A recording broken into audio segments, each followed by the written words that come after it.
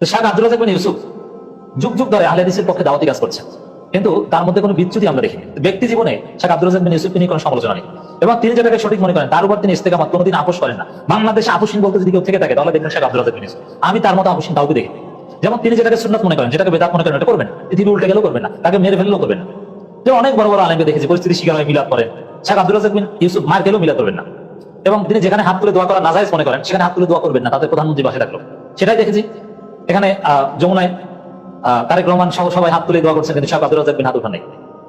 এটা তার কাজ। এবং প্রধানমন্ত্রীকে দেখলে দাঁড়িয়ে যাওয়া কি একটা ভাব, হ্যাঁ প্রধানমন্ত্রী কত কিছু, কিন্তু না, শেখ আব্দুর রাজ্জাক বিন ইউসুফ চেয়ার থেকে দাঁড়ান নেই, বরং প্রধানমন্ত্রী শেখ আব্দুর রাজ্জাক বিন ইউসুফের কাছে এসেছে।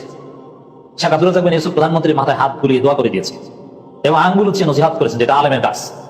এরকম ব্যক্তিত্ব সম্পন্ন আলেম আমি মনে করি শেখ আব্দুর রাজ্জাক বিন ইউসুফের অনুসারী আমি বা আপনি নই, কিন্তু তিনি ইতিহাস কিংবদন্তি তুল্য মহাপুরুষ। তাকে পরবর্তী প্রজন্ম স্টাডি করবে। প্রধানমন্ত্রী হোক আর জাতিসংঘের মহাসচিব হোক, শেখ আব্দুর রাজ্জাক বিন ইউসুফ তার যে দৃষ্টিভঙ্গি এটা পরিবর্তন করবেন না, কখনো করেননি। তিনি যে দেশেই যান না কেন, তার ড্রেস আপ জাকির নায়কের সাথে সাক্ষাৎ হোক আর প্রধানমন্ত্রীর সাথে সাক্ষাৎ হোক, তিনি ব্যক্তি একই। আমি সত্যি ইমপ্রেসড এই লোকের প্রতি।